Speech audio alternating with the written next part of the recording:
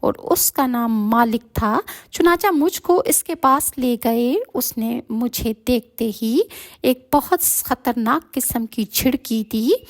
مالک یعنی داروغہ جہنم کی جھڑکی ایسی تھی کہ میرے تمام تن بدن میں لرزہ آ گیا اور میں بری طرح سے کانپنے لگا۔ تو مالک بولا کہ اس بدبخت کو لوہے کی زنجیر سے باندھ کر رکھو، بس اس کو قید شدید میں رکھو، اور تقریباً 70 گز غبار کے نیچے بیٹھا۔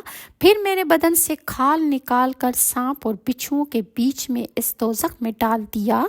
اے پیغمبر خدا، اگر اس زنجیر کا ایک حلقہ زمین پر پڑ جائے تو تمام روئے زمین ہلاک ہو جائے، اور میری زبان پر مہر ثبت کر دی گئی، اور پھر میں کسی قسم کی کوئی بات نہ کر سکتا تھا۔ پھر حضرت عیسیٰ علیہ السلام نے فرمایا، اے جمجا بادشاہ، آتش دوزخ کیسے